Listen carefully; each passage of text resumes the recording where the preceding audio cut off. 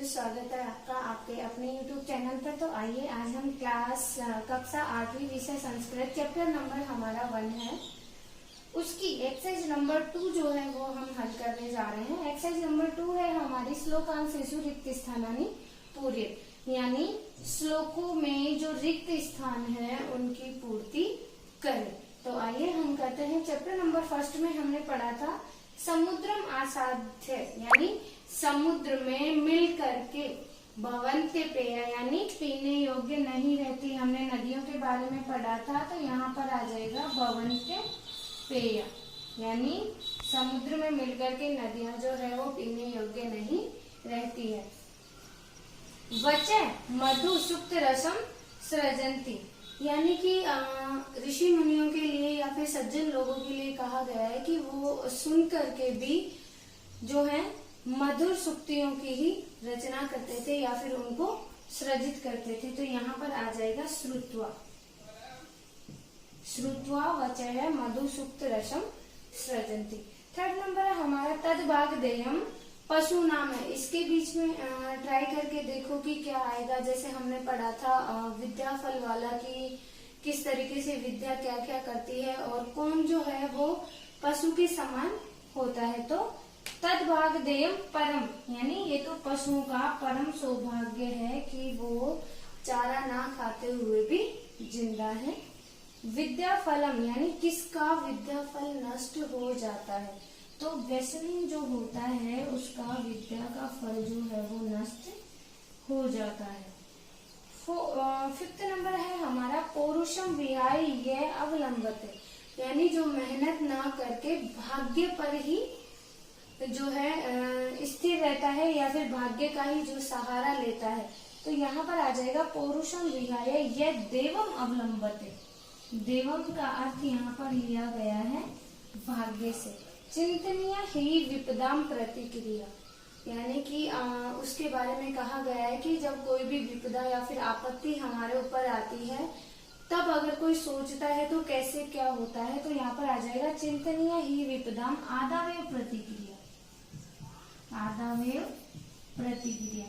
तो हमारी 2nd number chapter exercise जो है वो यहाँ पर खत्म होती है। अब हम एक्सरसाइज नंबर 3 जो है वो हल करने जा रहे हैं।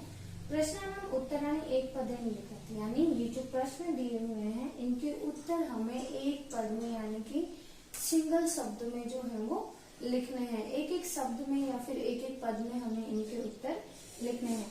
देखिए, व्यसनेन किम नश्यति, यानी व्यसनेन यानी जो आलसी व्यक्ति होता है उसका क्या नष्ट हो जाता है।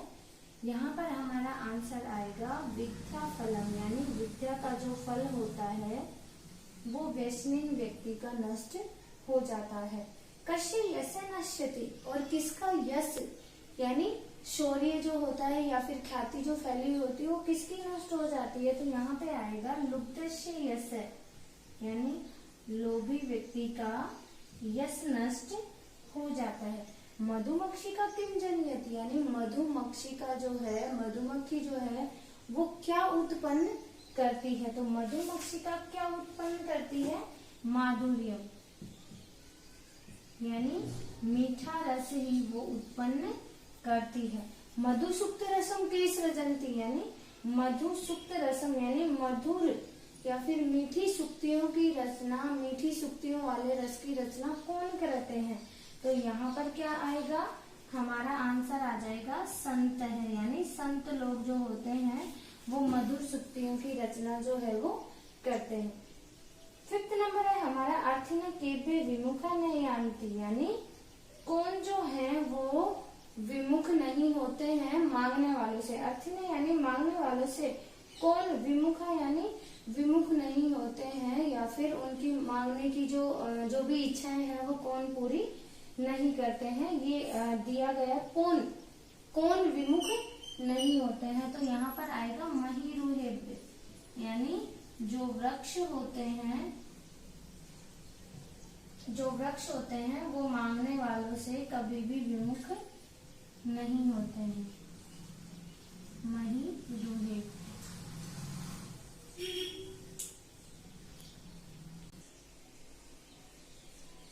अभी हमने नंबर 3 जो है वो हल करिए। अब हम एक्सरसाइज नंबर 4 जो है वो हल करेंगे। आधुनिक तद्भव शब्दानाम कृते पाठात संस्कृत पदानि लिखित। यानी ये जो शब्द हैं ये तद्भव शब्द दिए गए हैं। अब हमें इन शब्दों के पाठ के अंदर से इधर संस्कृत पद जो है वो लिखने हैं। कैसे? जैसे कंजूस का यहाँ पर कृपण लिखा हुआ है और हमारे चैप्टर में ये आया था। सेकंड नंबर या थर्ड नंबर वाले श्लोक में हमें ये दिया गया था कि कंजूस का क्या? कृपणम सौख्य, यानी कंजूस व्यक्ति का सुख जो है वो नष्ट हो जाता है। तो कृपण शब्द हमारे चैप्टर में आया था। अब हमें इन सब चीजों के ये जितने भी जो शब्द हैं इनका संस्कृत वर्ड जो है वो यहाँ पर लिखना है। तो आइए लिखते हैं। कड़वा, तो कड़वे का आया था हमारे चैप्टर में कटुकम, यानी कटुकम मधुरम समान आया था। पुच्छ, साक्षात पुच्छ विषाण विहीन है, तो इसका हो जाएगा पुच्छ यानी पूंछ। लोभी, लोभी व्यक्ति यानी लुब्ध, लुब्धस्य यश आया था हमारे चैप्टर के अंदर, तो हम इसका लिख देंगे लुब्ध। अब मधुमक्खी, मधुमक्खी का संस्कृत वर्ड हो जाएगा मधुमक्षिका, मधुमक्षिका। यहाँ पर है तिनका, तृणम न खादन अपि जीवमान है, चैप्टर में आया था, तो इसका हो जाएगा तृणम। तृणम का अर्थ होता है तिनका। एक्सरसाइज नंबर 5 जो है वो है आधुनिकेषु वाक्येषु कर्तृपदम क्रियापदम च चित्वा लिखित। यानी ये जो वाक्य हमें दिए हुए हैं इनके अंदर से हमें कर्ता और क्रिया को ढूंढ करके लिखना है। तो आइए, निर्गुण प्राप्त भवन्ति दोषा, यानी दोष जो होते हैं निर्गुण व्यक्तियों को प्राप्त होकर के, सॉरी गुण जो होते हैं वो गुणहीन व्यक्तियों को प्राप्त होकर के दोष बन जाते हैं। तो यहाँ पर आएगा दोषा जो है वो कर्ता है और भवन्ति जो है वो क्रिया है। दोषा जो है वो क्या है? कर्ता है और भवन्ति जो है वो क्रिया है। गुणगेषु गुणा भवन्ति, गुणगेषु गुणा भवन्ति, यानी गुण जो होते हैं गुणवान व्यक्तियों में गुण बन जाते हैं। तो यहाँ पर गुणा जो है वो है कर्ता और भवन्ति जो है वो क्रिया है। थर्ड नंबर है हमारा मधुमक्षिका माधुर्यम जनियत, यानी मधुमक्षिका माधुर्यम जनियत। मधुमक्खी जो होती है वो माधुर्यम यानी शहद या फिर मीठा रस जो है वो जनियत यानी उत्पन्न करती है। अब कौन करती है? मधुमक्षिका, तो कर्ता कौन हो गया? मधुमक्खी, यानी यहाँ पर आ जाएगा मधुमक्षिका। और क्रिया का अर्थ होता है कि वो क्या करती है, तो जनियत यानी वो उत्पन्न करती है, तो जनियत हो जाएगी यहाँ पर क्रिया। ठीक है। फिर है हमारा पिशुनस्य मैत्री यश है नश्यति, यानी पिशुन की मैत्री और यश नष्ट हो जाता है। तो यहाँ पर आ जाएगा मैत्री, यानी पिशुनखोर यानी चुगलखोर जो होता है उसकी मैत्रिता जो होती है या फिर मित्रता जो होती है नाश्यति यानी नष्ट हो जाती है। तो यहाँ पर क्रिया जो है वो नष्ट होना आएगी। नद्य समुद्र आसाद्य अपेय भवन्ति, नदियां जो है वो समुद्र में मिलकर के पीने योग्य नहीं रहती है। तो कौन नहीं रहती पीने योग्य? नदियां। तो यहाँ पर कर्ता हो जाएगी नदियां और यहाँ पर भवन्ति जो है वो हो जाएगी क्रिया, यानी कि हमने कर्ता और क्रियाएं जो है वो इन वाक्यों के अंदर से निकाली, यानी जिसके द्वारा जो कार्य हो रहा है वो कर्ता हो गया और जो कार्य वो कर रहा है, क्या कर रहा है, क्या हो रहा है, वो हो जाएगी हमारी क्रिया। एक्सरसाइज नंबर 6 है हमारी रेखांकित पदानी आदिधृत्य प्रश्न निर्माण करो, यानी रेखांकित पद, ये जो अंडरलाइन किया हुआ है इन पदों को आधार मान करके प्रश्न निर्माण करो। हमें प्रश्नों का निर्माण करना है। तो गुणा गुणगेषु गुणा भवन्ति, यानी गुण जो होते हैं वो गुणवान व्यक्तियों में क्या बन जाते हैं? गुण ही बनते हैं। तो गुणा जो है उसकी जगह पर हमें प्रश्नवाचक शब्द जो है वो लिखना है। तो हम लिखेंगे का गुणगेषु गुणा भवन्ति, यानी क्या गुणवान व्यक्तियों में गुण बन जाते हैं। तो यहाँ पर आ जाएगा के गुणगेषु गुणा भवन्ति। नद्य सुस्वादु तोया भवन्ति, सुस्वादु तोया का भवन्ति, यानी सुस्वादिष्ट जल वाली क्या होती है या फिर कौन होती है। तो इसका आंसर यहाँ पर आ जाएगा का। क्योंकि नदी जो है वो स्त्रीलिंग शब्द है, तो यहाँ पर कै नहीं आकर के का जो है वो आएगा। लुब्धस्य यश नश्यति, यानी लोभी व्यक्ति का जो है वो यश नष्ट हो जाता है। अब हम यहाँ पर क्वेश्चन बनाएंगे किसका यश नष्ट हो जाता है। तो यहाँ पर हमारा जो शब्द आएगा वो आएगा कस्य यश नश्यति, यानी किसका जो है वो यश नष्ट हो जाता है। मधुमक्खी का माधुर्य में जनयति, यानी मधुमक्खी जो होती है वो मधुर रस या फिर शहद ही उत्पन्न करती है। तो यहाँ पर हमारा जो क्वेश्चन बनेगा वो बनेगा कि कौन माधुर्य में जनयति, तो यहाँ पर मधुमक्खी जो है वो स्त्रीलिंग है, तो यहाँ पर भी हमारा जो शब्द आएगा वो आएगा का। तो का माधुर्य में जनयति, यानी कौन मधुर रस जो है वो उत्पन्न करती है या फिर मीठा शहद जो है वो उत्पन्न करती है। तस्य मूर्धन्य तिष्ठन्ति वायसा, तस्य यानी उसके मूर्धन्य सिर पर, तिष्ठन्ति वायसा यानी वायसा का अर्थ होता है कोय, कि किसके सिर पर कोय बैठते हैं। तो तस्य इस मूर्धन्य की जगह, यानी मूर्धन्य जो है उसकी जगह पर हमें जो है वो प्रश्नवाचक चिन्ह या फिर शब्द जो है वो लिखना है। तो इसकी जगह हमारे यहाँ पर आएगा कस्मे या फिर कुत्र, यानी कहाँ पर कौवे बैठते हैं। एक्सरसाइज नंबर 6 हमने हल कर ली। एक्सरसाइज नंबर 7 हमारी है उदाहरणानुसारम पदानि पृथक् कुरुत, यानी ये जो हमें एग्जाम्पल दिया हुआ है इसके अकॉर्डिंग हमें ये जो पद यानी ये जो शब्द दिए हुए हैं इनको अलग अलग करना है। यानी कि दूसरे शब्दों में हम कह सकते हैं कि हमें इन शब्दों का संधि विच्छेद जो है वो करना है। तो आइए अब हम करते हैं। पहला वाला है समुद्र आसाद्य, समुद्रम प्लस आसाद्य, मैं यहाँ पर मैं लिखना भूल गई, समुद्रम प्लस आसाध्य, तो यानी समुद्र में मिल करके। सेकंड नंबर वाला फर्स्ट नंबर वाला है हमारा माधुर्य में, तो हम इसका संधि विच्छेद करेंगे माधुर्यम प्लस ए, माधुर्यम प्लस ए। थर्ड नंबर है अल्प, अल्प में, तो हम इसका संधि विच्छेद करेंगे अल्पम, यानी थोड़ा, एव यानी ही, यानी इसका अर्थ हमारे निकल के आएगा थोड़ा ही। सर्वमेव, सर्वम प्लस एव, यानी सर्वम का मतलब होता है संपूर्ण या फिर सारा, तो सर्वम प्लस एव यानी संपूर्ण ही। देवमेव, देवम जो आया था वो हमारे वर्ड आया था किसके लिए, भाग्य के लिए, तो भाग्य। एव का अर्थ हमेशा ध्यान रखना है, एव का अर्थ होता है हमारा ही।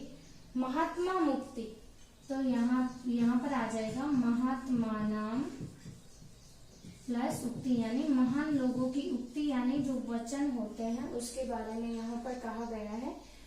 लास्ट है हमारा विपदाम आदावे, तो यहाँ पर हम लिखेंगे विपदाम प्लस आदो प्लस ए, विपदाम प्लस आदो प्लस ए, यानी कि हमने सभी पदों का जो है वो संधि विच्छेद कर लिया है। हमारी एक्सरसाइज चैप्टर नंबर 1 उसकी कंप्लीट एक्सरसाइज यहाँ पर खत्म होती है। आशा करती हूँ आप सभी को मेरा वीडियो पसंद आया होगा। अगर मेरा वीडियो पसंद आया तो लाइक करें, शेयर करें और सब्सक्राइब करें, ताकि दूसरे बच्चों तक भी ये वीडियो पहुंचे और उनको भी इसका जो है वो संपूर्ण लाभ मिल सके। तब तक के लिए बाय। हेलो बच्चों, स्वागत है आपका आपके अपने YouTube चैनल पर। तो आइए आज हम कक्षा 8वीं विषय संस्कृत चैप्टर नंबर हमारा 1 है, उसकी एक्सरसाइज नंबर 2 जो है वो हम हल करने जा रहे हैं। एक्सरसाइज नंबर 2 है हमारी श्लोकांशेषु रिक्त स्थानानि पूर्येत, यानी श्लोकों में जो रिक्त स्थान है उनकी पूर्ति करें। तो आइए हम करते हैं। चैप्टर नंबर 1 में हमने पढ़ा था समुद्रम आसाध्य, यानी समुद्र में मिल करके, भवन्ते पेय यानी पीने योग्य नहीं रहती, हमने नदियों के बारे में पढ़ा था, तो यहाँ पर आ जाएगा भवन्ते पेय, यानी समुद्र में मिलकर के नदियां जो है वो पीने योग्य नहीं रहती है। वचः मधु सुक्त रसम सृजन्ति, यानी कि ऋषि मुनियों के लिए या फिर सज्जन लोगों के लिए कहा गया है कि वो सुन करके भी जो है मधुर सूक्तियों की ही रचना करते थे या फिर उनको सृजित करते थे। तो यहाँ पर आ जाएगा श्रुत्वा। श्रुत्वा वचय मधु सूक्त रसम सृजन्ति। थर्ड नंबर है हमारा तद वाग्देयम पशु नाम है। इसके बीच में ट्राई करके देखो कि क्या आएगा। जैसे हमने पढ़ा था विद्या फल वाला की किस तरीके से विद्या क्या क्या करती है और कौन जो है वो पशु के समान होता है। तो तद वाग्देयम परम, यानी ये तो पशुओं का परम सौभाग्य है कि वो चारा ना खाते हुए भी जिंदा है। विद्या फलम, यानी किसका विद्या फल नष्ट हो जाता है। तो व्यसनी जो होता है उसका विद्या का फल जो है वो नष्ट हो जाता है। फिफ्थ नंबर है हमारा पौरुषम विहाय ये अवलंबते, यानी जो मेहनत ना करके भाग्य पर ही जो है स्थिर रहता है या फिर भाग्य का ही जो सहारा लेता है। तो यहाँ पर आ जाएगा पौरुषम विहाय ये देवम अवलंबते। देवम का अर्थ यहाँ पर लिया गया है भाग्य से। चिंतनीय ही विपदाम प्रतिक्रिया, यानी कि उसके बारे में कहा गया है कि जब कोई भी विपदा या फिर आपत्ति हमारे ऊपर आती है तब अगर कोई सोचता है तो कैसे क्या होता है। तो यहाँ पर आ जाएगा चिंतनीय ही विपदाम आदावेव प्रतिक्रिया। आदावेव प्रतिक्रिया। तो हमारी सेकंड नंबर चैप्टर एक्सरसाइज जो है वो यहाँ पर खत्म होती है। अब हम एक्सरसाइज नंबर थर्ड जो है वो हल करने जा रहे हैं। प्रश्नानाम उत्तराणि एक पदे लिखत, यानी ये जो प्रश्न दिए हुए हैं इनके उत्तर हमें एक पद में यानी कि सिंगल शब्द में जो है वो लिखने हैं। एक एक शब्द में या फिर एक एक पद में हमें इनके उत्तर लिखने हैं। देखिए व्यसनिन किम नश्यति, यानी व्यसनिन यानी जो आलसी व्यक्ति होता है उसका क्या नष्ट हो जाता है। यहाँ पर हमारा आंसर आएगा विद्या फलम, यानी विद्या का जो फल होता है वो व्यसनीन व्यक्ति का नष्ट हो जाता है। कस्य यश नश्यति, और किसका यश यानी शौर्य जो होता है या फिर ख्याति जो फैली होती है वो किसकी नष्ट हो जाती है। तो यहाँ पे आएगा लुब्धस्य यश, यानी लोभी व्यक्ति का यश नष्ट हो जाता है। मधुमक्खी का किम जनयति, यानी मधुमक्खी का जो है मधुमक्खी जो है वो क्या उत्पन्न करती है। तो मधुमक्खी का क्या उत्पन्न करती है, माधुर्यम, यानी मीठा रस ही वो उत्पन्न करती है। मधु सुक्त रसम के सृजन्ति, यानी मधु सुक्त रसम यानी मधुर या फिर मीठी सुक्तियों की रचना, मीठी सुक्तियों वाले रस की रचना कौन करते हैं। तो यहाँ पर क्या आएगा, हमारा आंसर आ जाएगा संत है, यानी संत लोग जो होते हैं वो मधुर सुक्तियों की रचना जो है वो करते हैं। फिफ्थ नंबर है हमारा अर्थी न केव्य विमुखा नहीं आनती, यानी कौन जो है वो विमुख नहीं होते हैं मांगने वालों से। अर्थी ने यानी मांगने वालों से, कौन विमुखा यानी विमुख नहीं होते हैं या फिर उनकी मांगने की जो भी इच्छाएं हैं वो कौन पूरी नहीं करते हैं। ये दिया गया कौन विमुख नहीं होते हैं। तो यहाँ पर आएगा महिरुहेभ्य, यानी जो वृक्ष होते हैं वो मांगने वालों से कभी भी विमुख नहीं होते हैं। महिरुहेभ्य।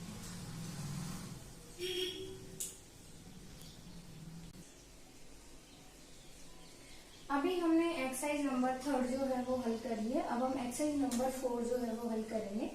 आधुनिक तद्भव शब्दानाम कृते पाठात संस्कृत पदानि लिखित, यानी ये जो शब्द हैं ये तद्भव शब्द दिए गए हैं। अब हमें इन शब्दों के पाठ के अंदर से इधर संस्कृत पद जो है वो लिखने हैं। कैसे, जैसे कंजूस का यहाँ पर कृपण लिखा हुआ है और हमारे चैप्टर में ये आया था। सेकंड नंबर या थर्ड नंबर वाले श्लोक में हमें ये दिया गया था कि कंजूस का क्या, कृपणम सौख्य, यानी कंजूस व्यक्ति का सुख जो है वो नष्ट हो जाता है। तो कृपण शब्द हमारे चैप्टर में आया था। अब हमें इन सब चीजों के ये जितने भी जो शब्द हैं इनका संस्कृत वर्ड जो है वो यहाँ पर लिखना है। तो आइए लिखते हैं। कड़वा, तो कड़वे का आया था हमारे चैप्टर में कटुकम, यानी कटुकम मधुरम समान आया था। पुच्छ, साक्षात पुच्छ विषाण विहीन, तो इसका हो जाएगा पुच्छ यानी पूंछ। लोभी, लोभी व्यक्ति यानी लुब्ध, लुब्धस्य यश आया था हमारे चैप्टर के अंदर, तो हम इसका लिख देंगे लुब्ध। अब मधुमक्खी, मधुमक्खी का संस्कृत वर्ड हो जाएगा मधुमक्षिका, मधुमक्षिका। यहाँ पर है तिनका, तृणम न खादन अपि जीवमान है, चैप्टर में आया था, तो इसका हो जाएगा तृणम। तृणम का अर्थ होता है तिनका। एक्सरसाइज नंबर 5 जो है वो है आधुनिकितेषु वाक्येषु कर्तृपदम क्रियापदम चर्चित्वा लिखित। यानी ये जो वाक्य हमें दिए हुए हैं इनके अंदर से हमें कर्ता और क्रिया को ढूंढ करके लिखना है। तो आइए, निर्गुण प्राप्त भवन्ति दोषा, यानी दोष जो होते हैं निर्गुण व्यक्तियों को प्राप्त होकर के, सॉरी गुण जो होते हैं वो गुणहीन व्यक्तियों को प्राप्त होकर के दोष बन जाते हैं। तो यहाँ पर आएगा दोषा जो है वो कर्ता है और भवन्ति जो है वो क्रिया है। दोषा जो है वो क्या है, कर्ता है, और भवन्ति जो है वो क्रिया है। गुणगेषु गुणा भवन्ति, गुणगेषु गुणा भवन्ति, यानी गुण जो होते हैं गुणवान व्यक्तियों में गुण बन जाते हैं। तो यहाँ पर गुणा जो है वो है कर्ता और भवन्ति जो है वो क्रिया है। थर्ड नंबर है हमारा मधुमक्षिका माधुर्यम जनियत, यानी मधुमक्षिका माधुर्यम जनियत। मधुमक्खी जो होती है वो माधुर्यम यानी शहद या फिर मीठा रस जो है वो जनियत यानी उत्पन्न करती है। अब कौन करती है, मधुमक्षिका, तो कर्ता कौन हो गया, मधुमक्खी, यानी यहाँ पर आ जाएगा मधुमक्षिका। और क्रिया का अर्थ होता है कि वो क्या करती है, तो जनियत यानी वो उत्पन्न करती है, तो जनियत हो जाएगी यहाँ पर क्रिया। ठीक है। फिर है हमारा पिशुनस्य मैत्री यश है नश्यति, यानी पिशुन की मैत्री और यश नष्ट हो जाता है। तो यहाँ पर आ जाएगा मैत्री, यानी पिशुन को यानी चुगलखोर जो होता है उसकी मैत्रिता जो होती है या फिर मित्रता जो होती है नाश्यति यानी नष्ट हो जाती है। तो यहाँ पर क्रिया जो है वो नष्ट होना आएगी। नद्य समुद्र आसाद्य अपेय भवन्ति, नदियां जो है वो समुद्र में मिलकर के पीने योग्य नहीं रहती है। तो कौन नहीं रहती पीने योग्य, नदियां। तो यहाँ पर कर्ता हो जाएगी नदियां और यहाँ पर भवन्ति जो है वो हो जाएगी क्रिया, यानी कि हमने कर्ता और क्रियाएं जो है वो इन वाक्यों के अंदर से निकाली, यानी जिसके द्वारा जो कार्य हो रहा है वो कर्ता हो गया और जो कार्य वो कर रहा है, क्या कर रहा है, क्या हो रहा है, वो हो जाएगी हमारी क्रिया। एक्सरसाइज नंबर 6 है हमारी रेखांकित पदानी आदिधृत्य प्रश्न निर्माण करो, यानी रेखांकित पद, ये जो अंडरलाइन किया हुआ है इन पदों को आधार मान करके प्रश्न निर्माण करो। हमें प्रश्नों का निर्माण करना है। तो गुणा गुणगेषु गुणा भवन्ति, यानी गुण जो होते हैं वो गुणवान व्यक्तियों में क्या बन जाते हैं, गुण ही बनते हैं। तो गुणा जो है उसकी जगह पर हमें प्रश्नवाचक शब्द जो है वो लिखना है। तो हम लिखेंगे का गुणगेषु गुणा भवन्ति, यानी क्या गुणवान व्यक्तियों में गुण बन जाते हैं। तो यहाँ पर आ जाएगा के गुणगेषु गुणा भवन्ति। नद्य सुस्वादुतोया भवन्ति, सुस्वादुतोया का भवन्ति, यानी सुस्वादिष्ट जल वाली क्या होती है या फिर कौन होती है। तो इसका आंसर यहाँ पर आ जाएगा का, क्योंकि नदी जो है वो स्त्रीलिंग शब्द है तो यहाँ पर कै नहीं आकर के का जो है वो आएगा। लुब्धस्य यश नश्यति, यानी लोभी व्यक्ति का जो है वो यश नष्ट हो जाता है। अब हम यहाँ पर क्वेश्चन बनाएंगे किसका यश नष्ट हो जाता है। तो यहाँ पर हमारा जो शब्द आएगा वो आएगा कस्य यश नश्यति, यानी किसका जो है वो यश नष्ट हो जाता है। मधुमक्षिका माधुर्य में जनियत, यानी मधुमक्खी जो होती है वो मधुर रस या फिर शहद ही उत्पन्न करती है। तो यहाँ पर हमारा जो क्वेश्चन बनेगा वो बनेगा कि कौन माधुर्य में जनियति, तो यहाँ पर मधुमक्खी जो है वो स्त्रीलिंग है, तो यहाँ पर भी हमारा जो शब्द आएगा वो आएगा का। तो का माधुर्य में जनियति, यानी कौन मधुर रस जो है वो उत्पन्न करती है या फिर मीठा शहद जो है वो उत्पन्न करती है। तस्य मूर्धन्य तिष्ठन्ति वायसा, तस्य यानी उसके मूर्धन्य सिर पर, तिष्ठन्ति वायसा यानी वायसा का अर्थ होता है कोए, कि किसके सिर पर कोए बैठते हैं। तो तस्य इस मूर्धन्य की जगह यानी मूर्धन्य जो है उसकी जगह पर हमें जो है वो प्रश्नवाचक चिन्ह या फिर शब्द जो है वो लिखना है। तो इसकी जगह हमारे यहाँ पर आएगा कस्मिन् या फिर कुत्र, यानी कहाँ पर कौवे बैठते हैं।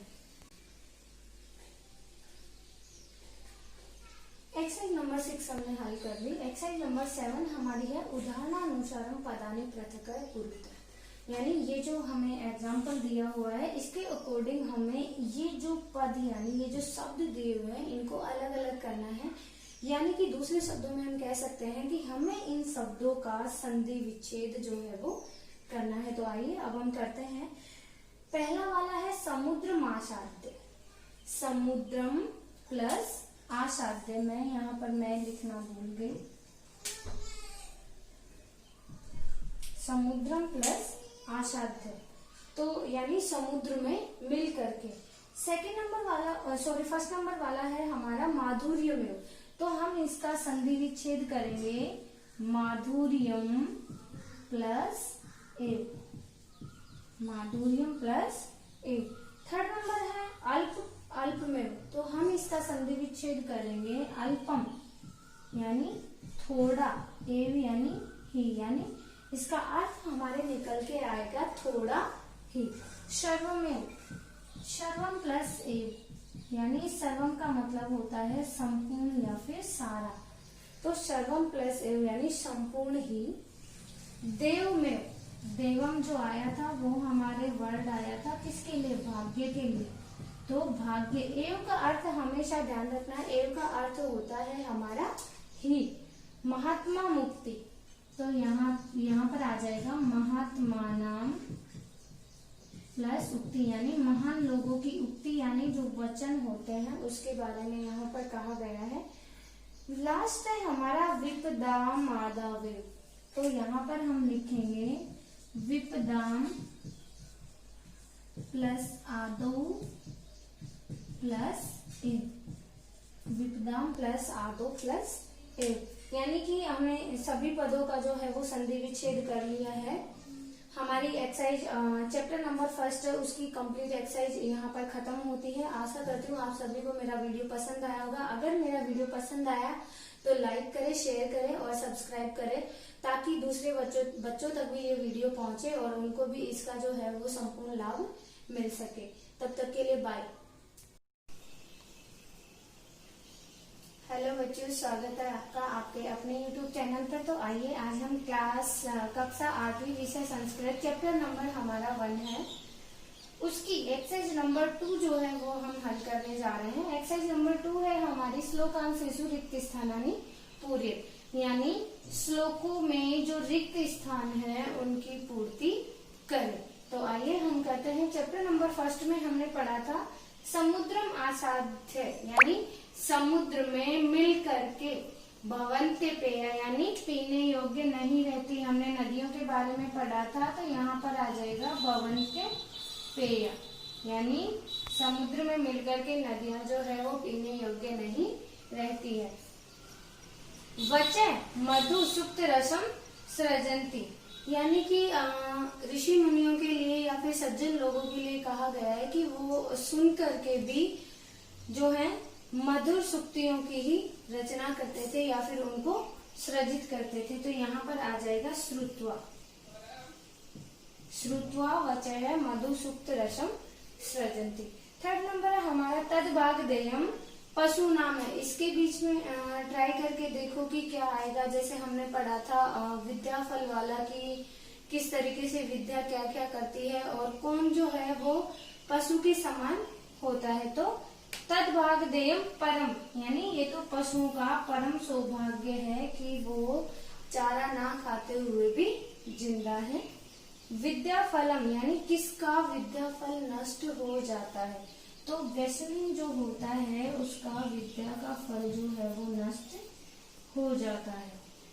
5th नंबर है हमारा पौरुषम विहाय ये अवलंबते, यानी जो मेहनत ना करके भाग्य पर ही जो है स्थिर रहता है या फिर भाग्य का ही जो सहारा लेता है। तो यहाँ पर आ जाएगा पौरुषम विहाय यह देवम अवलंबते। देवम का अर्थ यहाँ पर लिया गया है भाग्य से। चिंतनीय ही विपदाम प्रतिक्रिया, यानी कि उसके बारे में कहा गया है कि जब कोई भी विपदा या फिर आपत्ति हमारे ऊपर आती है तब अगर कोई सोचता है तो कैसे क्या होता है। तो यहाँ पर आ जाएगा चिंतनीय ही विपदाम आदावेव प्रतिक्रिया, आदावेव प्रतिक्रिया। तो हमारी सेकंड नंबर चैप्टर एक्सरसाइज जो है वो यहाँ पर खत्म होती है। अब हम एक्सरसाइज नंबर 3 जो है वो हल करने जा रहे हैं। प्रश्नानाम उत्तराणि एक पद में लिखित, यानी ये जो प्रश्न दिए हुए हैं इनके उत्तर हमें एक पद में यानी कि सिंगल शब्द में जो है वो लिखने हैं। एक एक शब्द में या फिर एक एक पद में हमें इनके उत्तर लिखने हैं। देखिए, व्यसनेन किम नश्यति, यानी व्यसनीन यानी जो आलसी व्यक्ति होता है उसका क्या नष्ट हो जाता है। यहाँ पर हमारा आंसर आएगा विद्या फलम, यानी विद्या का जो फल होता है वो व्यसनीन व्यक्ति का नष्ट हो जाता है। कस्य यश नश्यति, और किसका यश यानी शौर्य जो होता है या फिर ख्याति जो फैली होती है वो किसकी नष्ट हो जाती है। तो यहाँ पे आएगा लुब्धस्य यश, यानी लोभी व्यक्ति का यश नष्ट हो जाता है। मधुमक्खी का किम जनयति, यानी मधुमक्खी का जो है मधुमक्खी जो है वो क्या उत्पन्न करती है। तो मधुमक्खी का क्या उत्पन्न करती है, माधुर्य, यानी मीठा रस ही वो उत्पन्न करती है। मधुसुक्त रसम के सृजंती, यानी मधुसुक्त रसम यानी मधुर या फिर मीठी सुक्तियों की रचना, मीठी सुक्तियों वाले रस की रचना कौन करते हैं। तो यहाँ पर क्या आएगा, हमारा आंसर आ जाएगा संत है, यानी संत लोग जो होते हैं वो मधुर सुक्तियों की रचना जो है वो करते हैं। 5th नंबर है हमारा अर्थिन केभ्य विमुखा नहीं आनती, यानी कौन जो है वो विमुख नहीं होते हैं मांगने वालों से। अर्थिन यानी मांगने वालों से, कौन विमुखा यानी विमुख नहीं होते हैं या फिर उनकी मांगने की जो भी इच्छाएं हैं वो कौन पूरी नहीं करते हैं। ये दिया गया कौन विमुख नहीं होते हैं। तो यहाँ पर आएगा महिरुहेभ्य, यानी जो वृक्ष होते हैं वो मांगने वालों से कभी भी विमुख नहीं होते हैं। महिरुहेभ्य।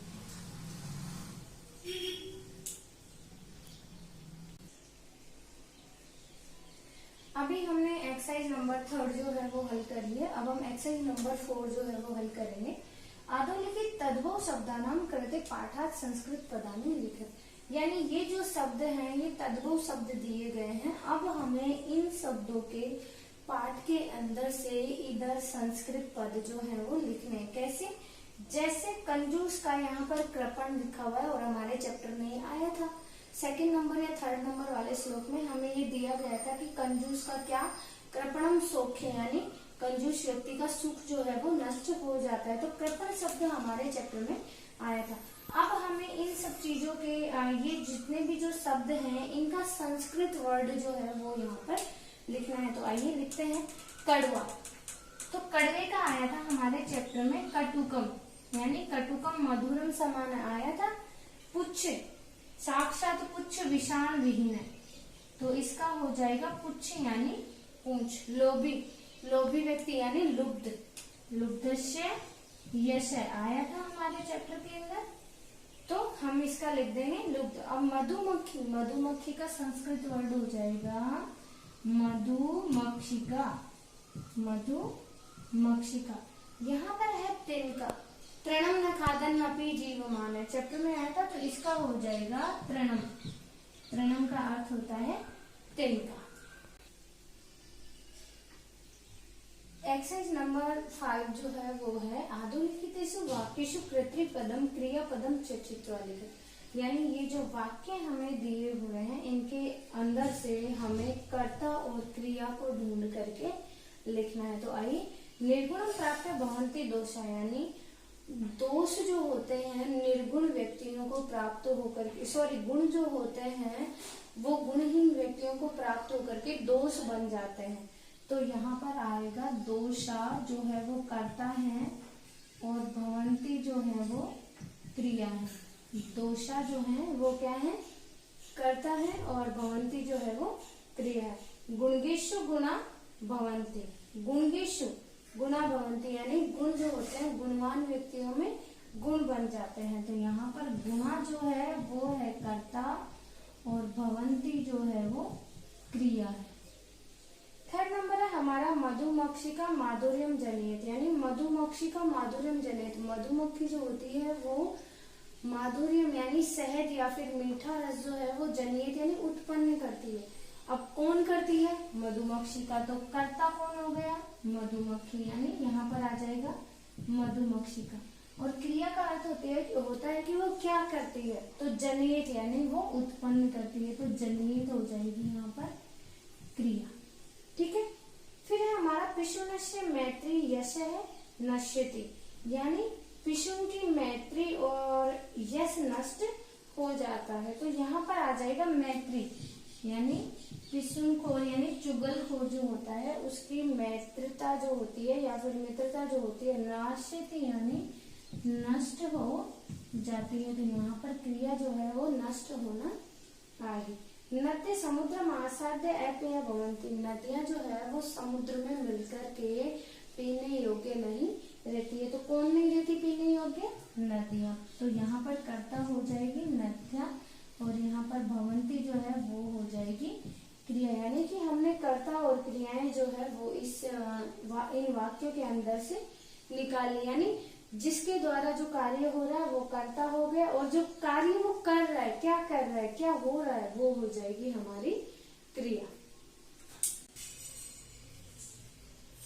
एक्सरसाइज नंबर 6 है हमारी रेखांकित पदानी आदिधृत्य प्रश्न निर्माण करो, यानी रेखांकित पद, ये जो अंडरलाइन किया हुआ है इन पदों को आधार मान करके प्रश्न निर्माण करो। हमें प्रश्नों का निर्माण करना है। तो गुणा गुणगेषु गुणा भवन्ति, यानी गुण जो होते हैं वो गुणवान व्यक्तियों में क्या बन जाते हैं, गुण ही बनते हैं। तो गुणा जो है उसकी जगह पर हमें प्रश्नवाचक शब्द जो है वो लिखना है। तो हम लिखेंगे का गुणगेषु गुणा भवन्ति, यानी क्या गुणवान व्यक्तियों में गुण बन जाते हैं। तो यहाँ पर आ जाएगा के गुणगेषु गुणा भवन्ति। नद्य सुस्वादु तोया भवन्ति, सुस्वादु तोया का भवन्ति, यानी सुस्वादिष्ट जल वाली क्या होती है या फिर कौन होती है। तो इसका आंसर यहाँ पर आ जाएगा का, क्योंकि नदी जो है वो स्त्रीलिंग शब्द है तो यहाँ पर कै नहीं आकर के का जो है वो आएगा। लुब्धस्य यश नश्यति, यानी लोभी व्यक्ति का जो है वो यश नष्ट हो जाता है। अब हम यहाँ पर क्वेश्चन बनाएंगे किसका यश नष्ट हो जाता है। तो यहाँ पर हमारा जो शब्द आएगा वो आएगा कस्य यश नश्यति, यानी किसका जो है वो यश नष्ट हो जाता है। मधुमक्षी का माधुर्य में जनियत, यानी मधुमक्खी जो होती है वो मधुर रस या फिर शहद ही उत्पन्न करती है। तो यहाँ पर हमारा जो क्वेश्चन बनेगा वो बनेगा कि कौन माधुर्य में जनियति, तो यहाँ पर मधुमक्खी जो है वो स्त्रीलिंग है, तो यहाँ पर भी हमारा जो शब्द आएगा वो आएगा का। तो का माधुर्य में जनियति, यानी कौन मधुर रस जो है वो उत्पन्न करती है या फिर मीठा शहद जो है वो उत्पन्न करती है। तस्य मूर्धन तिष्ठन्ति वायसा, तस्य यानी उसके मूर्धन सिर पर, तिष्ठन्ति वायसा यानी वायसा का अर्थ होता है कोए, कि किसके सिर पर कोए बैठते हैं। तो तस्य इस मूर्धन की जगह, यानी मूर्धन जो है उसकी जगह पर हमें जो है वो प्रश्नवाचक चिन्ह या फिर शब्द जो है वो लिखना है। तो इसकी जगह हमारे यहाँ पर आएगा कस्मिन् या फिर कुत्र, यानी कहाँ पर कौवे बैठते हैं। एक्सरसाइज नंबर 6 हमने हल कर ली। एक्सरसाइज नंबर 7 हमारी है उदाहरणानुसारम पदानि पृथक् कुरुत, यानी ये जो हमें एग्जाम्पल दिया हुआ है इसके अकॉर्डिंग हमें ये जो पद यानी ये जो शब्द दिए हुए हैं इनको अलग अलग करना है। यानी कि दूसरे शब्दों में हम कह सकते हैं कि हमें इन शब्दों का संधि विच्छेद जो है वो करना है। तो आइए अब हम करते हैं। पहला वाला है समुद्रम आसाध्य। समुद्रम प्लस आसाध्य, मैं यहाँ पर मैं लिखना भूल गई। समुद्रम प्लस आसाध्य, तो यानी समुद्र में मिल करके। सेकंड नंबर वाला फर्स्ट नंबर वाला है हमारा माधुर्यमेव। तो हम इसका संधि विच्छेद करेंगे माधुर्यम प्लस एव। माधुर्यम प्लस एव।